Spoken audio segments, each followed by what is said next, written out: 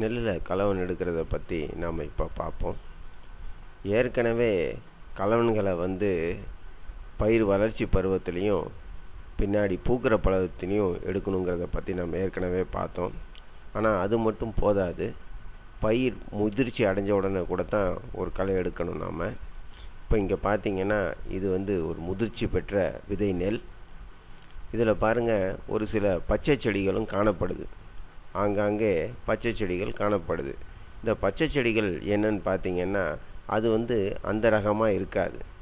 இந்த வயல் பார்த்தீங்கன்னா அண்ணா 4ங்கிற ரகம். இப்போ இதில் பாருங்கள், எல்லா செடிகளும் முதிர்ச்சி அடைஞ்சிருச்சு. ஆனால் ஒரு சில செடிகள் மட்டும் பச்சையாகவே இருக்குது. இது ஏன் பச்சையாக இருக்குதுன்னு பார்த்தீங்கன்னா, இது நீண்டகால ரகமாக இருக்கணும்.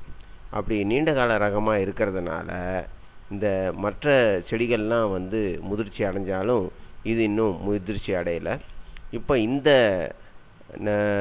பயிரை நாம் கண்டிப்பாக அகற்றணும். இப்போ இங்கே பாருங்கள், அப்படி அகற்றும் போது அதை தூரோட எல்லா தூரையும் இணைஞ்சி அறுத்து எடுத்து வெளியில் கொண்டு போடணும். அப்படி இந்த ரகங்களெல்லாம் கலப்புகளெல்லாம் நம்ம வெளியில் எடுத்து போடும்போது இந்த கலப்பு வராமல் நாம் பார்த்துக்கலாம். மீண்டும் ஒரு முறை நாம் பார்ப்போம்.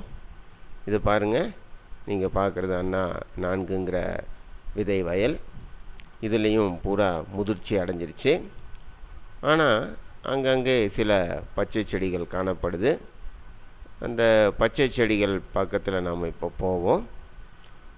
அந்த பச்சை செடிகள் பார்த்திங்கன்னா இன்னமும் விதை முதிர்ச்சி அடையாமல் அப்படியே மணிகள்லாம் பச்சையாகவே இருக்குது. இதை அப்படியே விட்டோம்னா பின்னாடி கலப்பாக சேர்ந்துடும்.